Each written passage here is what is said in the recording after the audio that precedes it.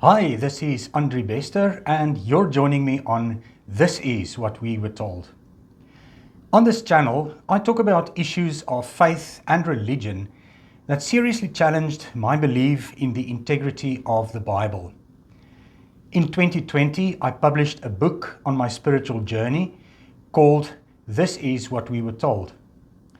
In my book, I try to challenge people to dare to look beyond the boundaries of faith and to take in the bigger picture of the wonder of life. I provide some food for thought for those who might be finding themselves in a spiritual desert and who are looking for a more meaningful understanding of the world in which we live. On this channel, I want to give viewers a taste of the topics I cover in my book. On this channel and through my book, I aim to awaken people to the wonders of life playing out right around them, just beyond the boundaries of faith. So please join me and, just maybe, you discover something useful here. Today I'd like to talk about the pedigree of the book that presents the Christian story of creation, the book of Genesis. Without a doubt, the most profound questions we as humans can ask regarding ourselves are where we come from, why we are here, and where are we headed. In a pre-modern world, religion monopolized the answers to these questions. Religion was the dominant authority on questions like these. Even today, I think a lot of us can recall a childhood where we asked these questions with a genuine thirst for understanding, and where a parent or authority figure told us that God made us and that we were here to glorify Him. Handed down from generation to generation, religion has been offering all sorts of allegories, legends, imagery, and myths to explain how life and everything else we see and experience came to be. This should come as no surprise, because before science brought enlightenment, superstition and conjecture were all that pre-modern humankind had to try and make sense of the world around us. Most religions' story of creation involves some or other God who created all we see. The ability to create complexity out of nothing seems to be the essence that distinguishes humans from gods. Gods perform actions that are beyond the capability of humans. Accordingly, purely based on the grandness and intricacy of creation, it seems clear that creation was not a work that could have been undertaken by a human.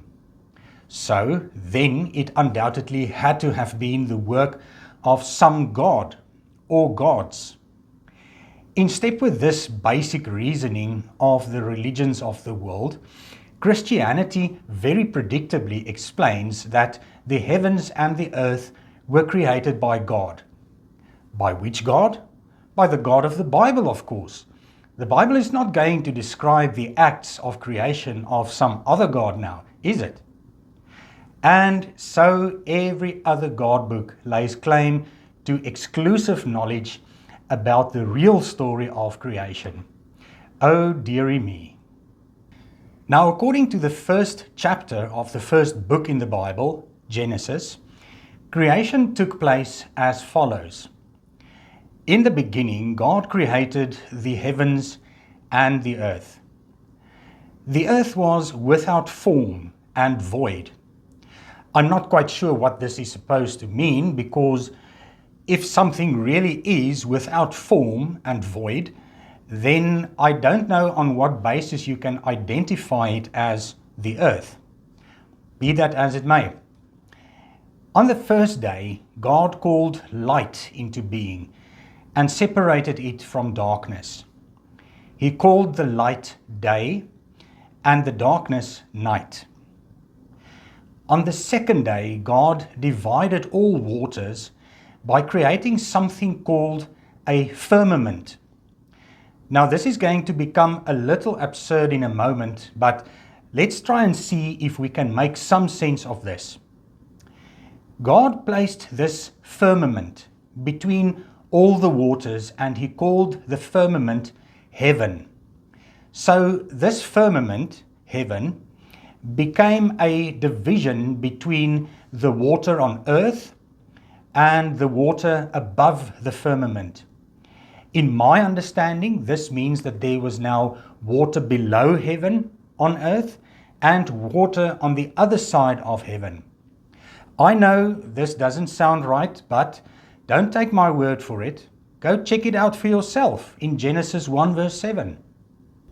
On the third day, God called the oceans into being from the waters below heaven, and dry land appeared. God called the oceans seas and the dry land earth. God also created greenery, plants, and trees on the dry land. On the fourth day, God created the sun to rule over day, the moon to rule over night, and the stars. On the fifth day, God created all living creatures like fish, birds, animals, insects, and other creeping things. On the sixth day, God created man from the dust of the ground and appointed him to manage all on earth. On the seventh day, God rested and blessed this day as a day of rest.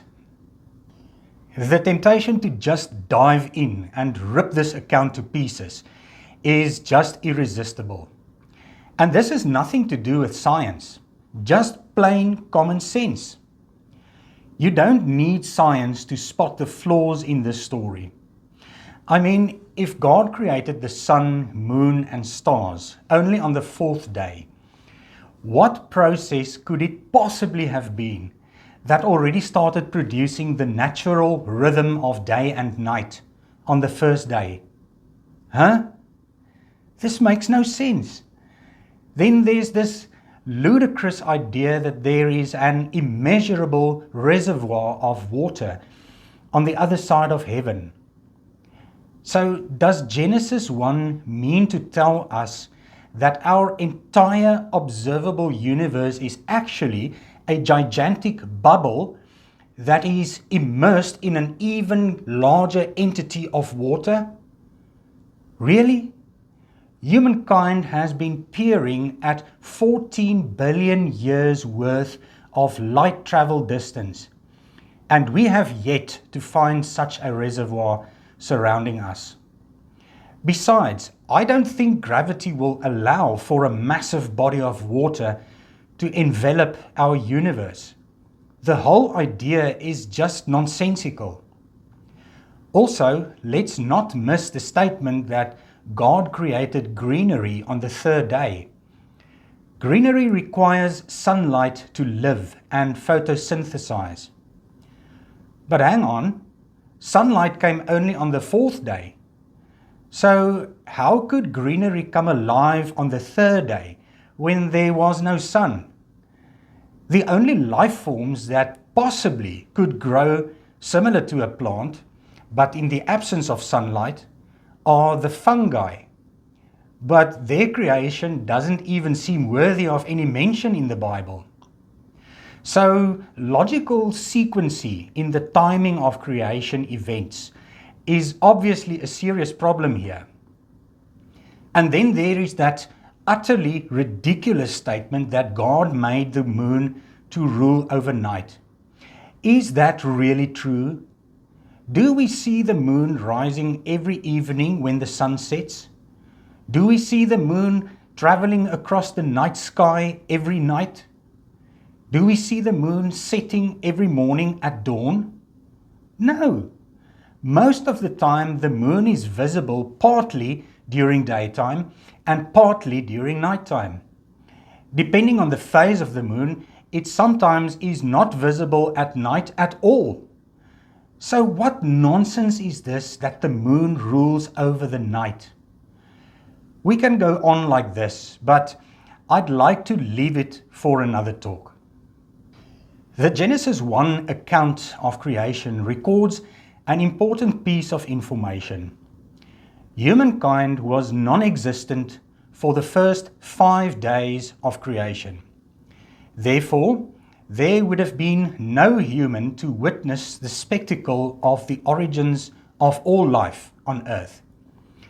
Come to think of it, according to the Genesis 1 account, the first human basically only witnessed one event in the story of creation, a day of rest, a day of nothing happening. The first human could only have become conscious of his aliveness and his being part of creation after God put the breath of life in him. So humankind truly witnessed nothing of creation. By the time he was formed and received life, everything else had already been made and God was about to rest. From a science perspective, the sequential placement of the arrival of humankind in the Genesis 1 account of creation is probably close to accurate. After all, humankind is indeed one of the more recent developments in the story of life. But Genesis 2 brings an unexpected twist in the account of creation. Genesis 2 says God placed man in the Garden of Eden to work it and maintain it. God noted that it was not good that man was alone, so he decided to create him a helper, an equal.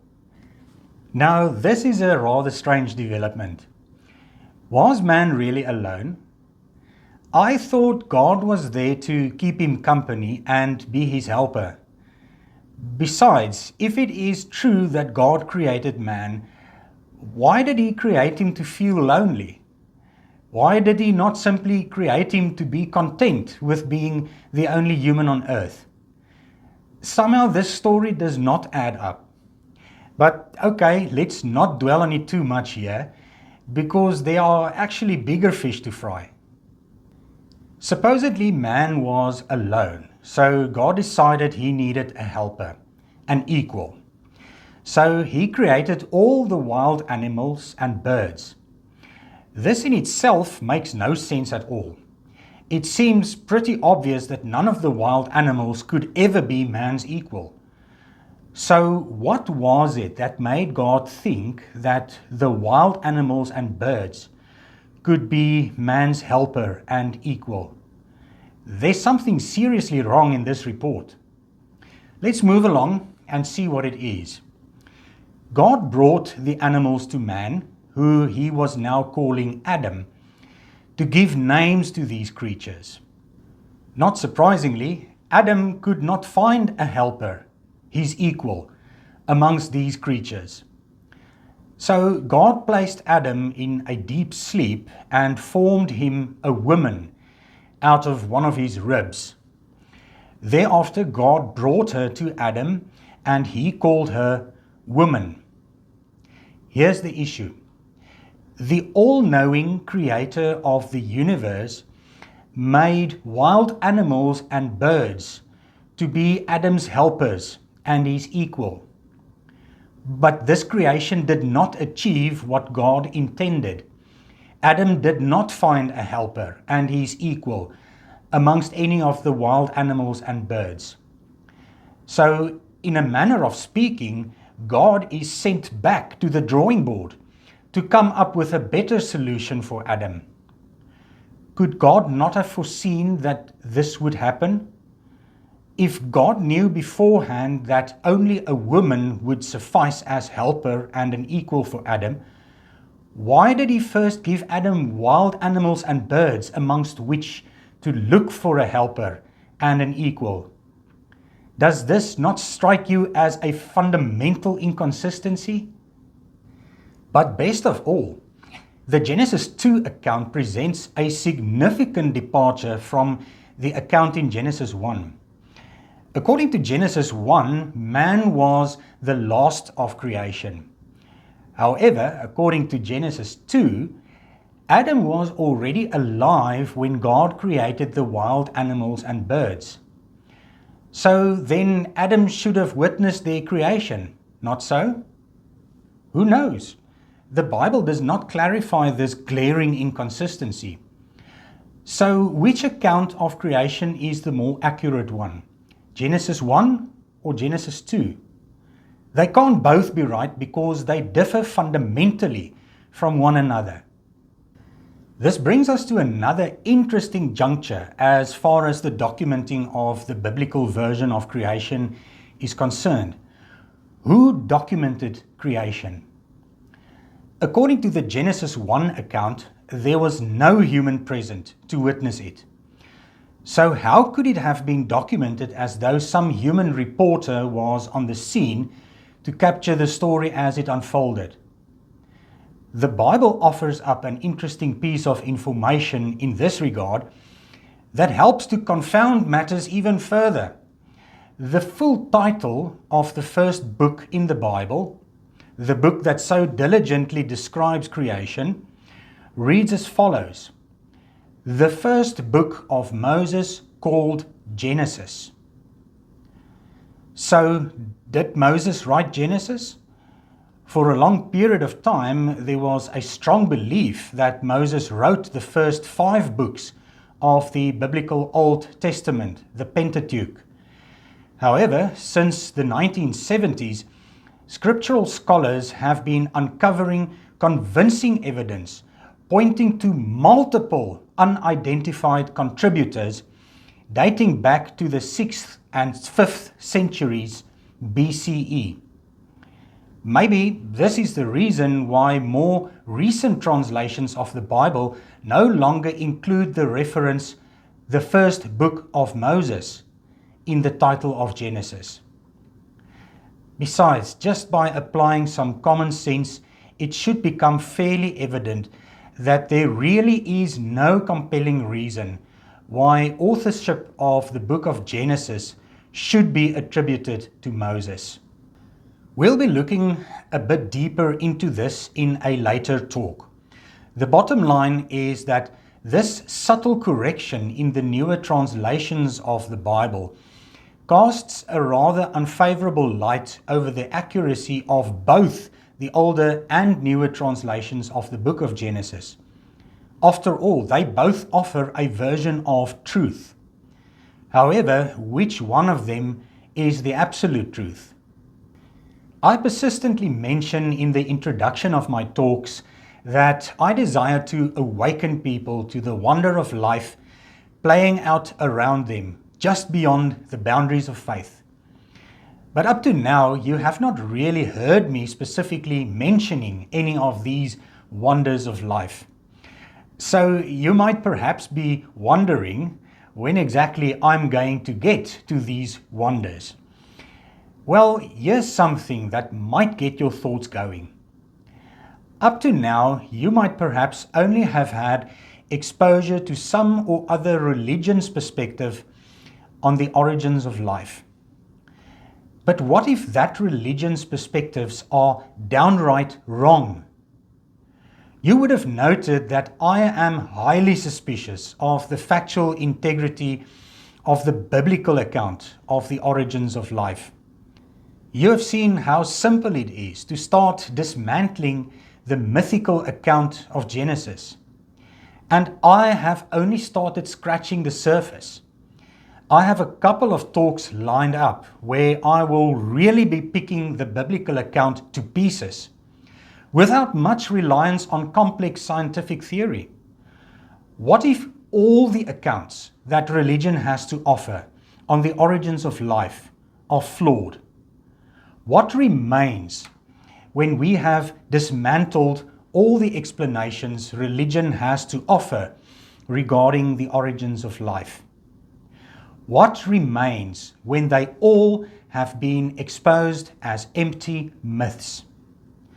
Well, this is when we are confronted by the true grandeur and the complexity of life. This is when we realize our own vulnerability and insignificance in this majestic bigger picture. because this is when we come to the understanding that the story of life is not the predictable, unimaginative, and boring story of some deity speaking the cosmos into existence. All gods can perform the impossible by just speaking a word. This is what ancient humankind has come to expect of gods. This is why they are gods, because they can perform miracles. And it is exactly this characteristic that makes any God explanation so unimaginative, predictable, and boring. But when we manage to move beyond the God explanation, we suddenly find a completely different story. A story that is unpredictable, full of surprises and twists, and wildly exciting. This is a story of amazing complexity emerging from deceptively simple building blocks, requiring billions of years of development. This is a story that is written on a much grander scale than any God explanation. And clinging to religious belief will time and again deprive us of the privilege and the joy of exploring and uncovering this majestic story.